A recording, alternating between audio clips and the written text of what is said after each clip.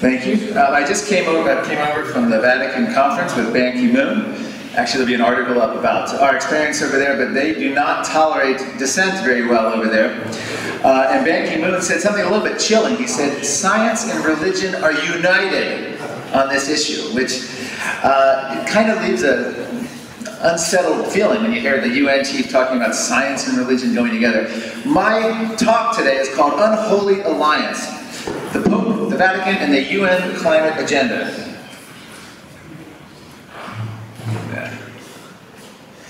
This, first of all, a little bit of mood for the day. This was an Earth Vigil at the New York City climate conference, climate march they had back in September. And these people were very serious. They were trying to feel the spirit of the Earth. They didn't allow cameras. They were very hostile and aggressive to any media who showed up. This was a very sacred event to them, and they had it multiple times throughout the march, different locations. One of the things I want to mention is the Gallup survey. Global warming is dead last among all issues. And in 2015, the latest data, it's now the lowest level since 1989. This is the lowest, not only of every issue other than race relations, but it's actually the lowest environmental issue. So the American public, at the very least, cannot say louder how much they don't care about it. The Pope is turning to the United Nations as his source of the science. Well, this is really a great quote that sums it up. The UN Climate Panel is purely a political body posing as a scientific institution. We have Rajendra Pachauri, who is on record, the now disgraced chairman who resigned, as saying they are at the beck and call of governments. It answers to politics. UN lead author Richard Toll said global warming has become a religion. And he said, and he had his name removed from the summary for policymakers because of the politicking at the United Nations Climate Panel. Previous popes, Pope Benedict condemned climate change prophets of doom. If only Pope Francis would listen to previous popes. Senior Vatican official, this is a great quote from Cardinal Pell, who's now with the Vatican Bank. In the past, pagans sacrificed animals and even humans in vain attempts to placate capricious and cruel gods. Today they demand a reduction in CO2 emissions. And my question today is, where is Cardinal Pell? We need to hear what he has to say about this summit taking place. Does the global warming science matter? If science and religion are united, what are they united on? Well, actually, the EU Climate Commissioner gave us a clue. It's not about the science. Even if the science is wrong, the policy is right. And her quote was, Connie Hedegaard, and I actually got to go to Greenland with her when I worked in the Senate on a fact-finding mission. Let's say the science says we were wrong, it's not about climate. We should still be doing the same things. In other words, they want a centrally planned energy economy regardless of what the science says. And that's important because if they want that, that's fine. Argue it on the merits. Don't talk to us about tipping points and acting and moral issues and climate refugees. Talk to us about what you want in energy policy. And one of the things, I know we've been talking about development at the last 2 days now. The problem is the United Nations devotees, if you will, believe they're pro-development too. The difference between our message and theirs, we want these countries to develop in a way that is the fastest, most productive, and unfettered that they can develop. The UN climate view, the agenda view, is yeah, they can develop, but they have to learn from the developing world's mistakes, and we have to centrally plan it. We can't let them make our mistakes. So essentially, they will allow them to develop at much lower rates with energy that the United Nations and international bodies deem necessary. That's the key difference, because they won't argue, many of them will not argue that they're against development. They want to manage their development, and that's the question. I talked to a South African development activist who said, when Washington and London and Paris and France level their cities and return them to swamps, wetlands, and jungles, only then can they lecture the developing world on what they can use with their natural resources and their energy choices. Climate astrology. Pope Francis may be surprised to learn that no matter what weather event happens or climate event, it's always exactly what the models predicted. There's no way you can falsify their theory. Gore always claimed, and the United Nations claimed, snow was a thing of the past, that we were going to have the snows of Kilimanjaro were leaving. And then once we had, according to Joe DeLeo, meteorologist, the snowiest decade on the East Coast since surpassing the 1960s, suddenly increased heavy snows are completely consistent with global warming. And the New York Times op-ed, bundle up, it's global warming, for the record, cold. How do they get away with this? They have predict opposite results. More snow, more drought, less drought, more fog, less fog, winters colder, winters warmer, Great Lakes, less snow. It goes on and on. So no matter what happens, they can point to a study and say, we predicted it. Oliver Stone, Hollywood gets about punishment, talking about Hurricane Sandy. Mother Nature cannot be ignored. This is punishment. Now, remember the line we started with today. Ban Ki-moon, just a few blocks from here. Science and religion have merged. I'm going to say it again. Science and religion are united, is the exact quote. Science and religion are united. Al Gore, every night in the news practically is like a nature walk through the book of Revelations. Ban Ki-moon, just 1 hour ago. Science and religion are united. All the trappings of religion are here in the global warming movement. Original sin, mankind responsible for prophecy disaster, the need for atonement, a repentance. Science and religion are united. End times, a peace professor from Michael Clear of Hampshire College and Salon Magazine. This is about as apocalyptic as you get, and I'll try to read this with some good energy here. This is the predictions of the global warming doom. We envision rising temperatures, prolonged droughts, frequent storms, hellish wildfires, rising sea levels, food riots, mass starvation, state collapse, mass migrations, conflicts of every sort, up to and including full-scale war, to prove even more disruptive, deadly, persistent drought, and hunger will force millions of people to abandon their traditional land and flee to squalor shanty towns, unquote. That's one soundbite from one peace professor trying to promote global warming. Science and religion are united. Ban Ki-moon, 1 hour ago, up at the Vatican. Even the dead are under threat from global warming. You can't make this stuff up. Chicago Tribune, March 9th, 2015. Listen to this, UK Guardian, the smog blood. Climate change causes mummies to turn to black ooze. Can a carbon tax save the dead? That's the question we need to ask. Apparently the humidity is causing the bodies to decompose faster. Burn in hell, New York Times. Paul Krugman, to those who deny global warming, quote, these are on the pages of the New York Times. This wasn't said at some conference. On the print pages of the New York Times, may you be punished in the afterlife for denying global warming. And he calls climate denial an almost inconceivable sin. Ban Ki-moon, 2 blocks this morning. Science and religion are united on global warming. Have we advanced?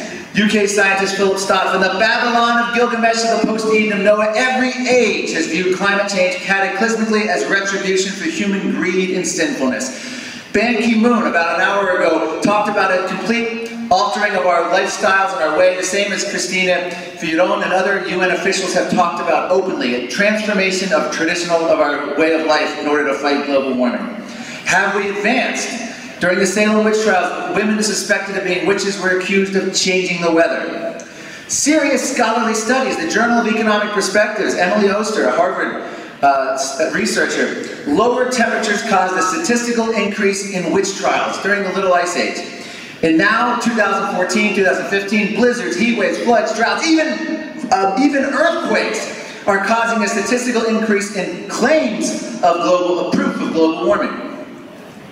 And here's something we don't want the current Pope Francis to make. Medieval Pope Innocent VIII in 1484, this is again according to Harvard researcher Emily Oster, he talked about the medieval settled science. What was the medieval settled science? Quote, it is reasonable to conclude that just as easily as witches raise hailstorms, they can cause lightning and storms at sea. And so no doubt at all remains on these points.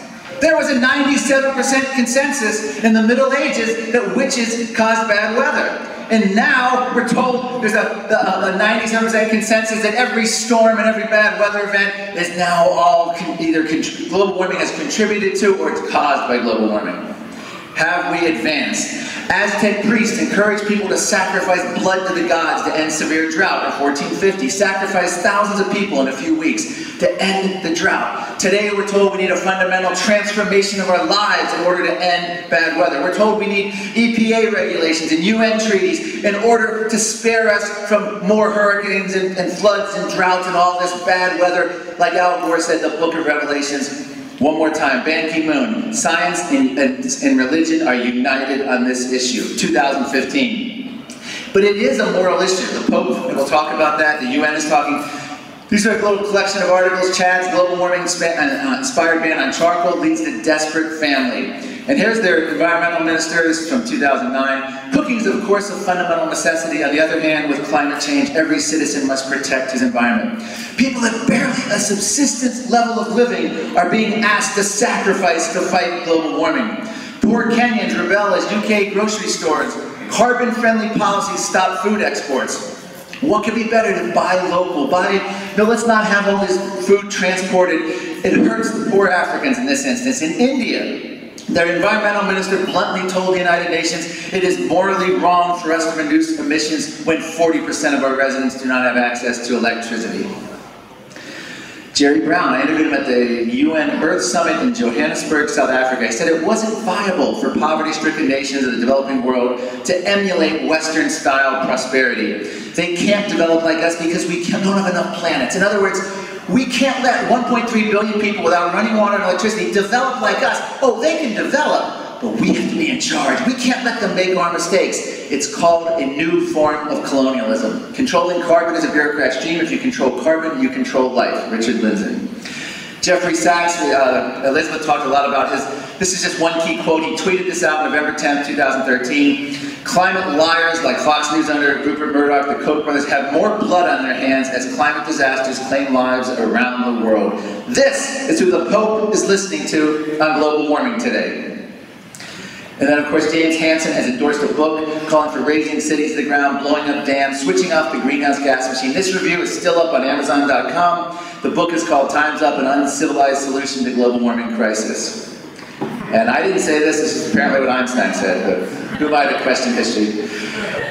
The UN chief, I mentioned centralized transformation. They also are praising China, the UN climate agenda. China's political system avoids some of the legislative hurdles. Democracy is gridlocked. Democracy is messy. China can do it right on global warming because they can have one-party rule. That's the way to go.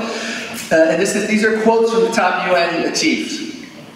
And one other thing the Pope ought to consider, the part of this agenda, shrinking human beings, pharmacological enhancements, in other words, drugging us to make us care more about the environment and global warming. These are actual proposals and suggestions by NYU professors. I end by saying carbon-based energy, coal, natural gas, is the moral choice. They've been one of the greatest liberators of mankind in the history of our planet. Life used to be nasty, British, and short. Don't let UN politicized science that's juiced for political goals influence us, and don't let science and religion merge.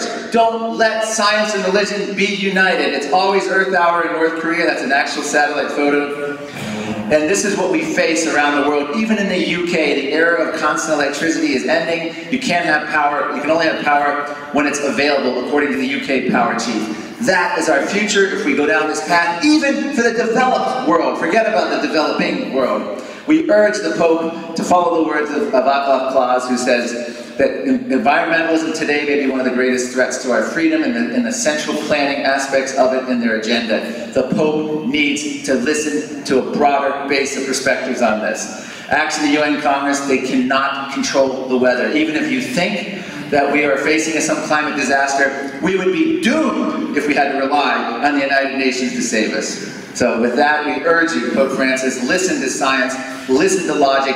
Don't let science and religion become united. Thank you.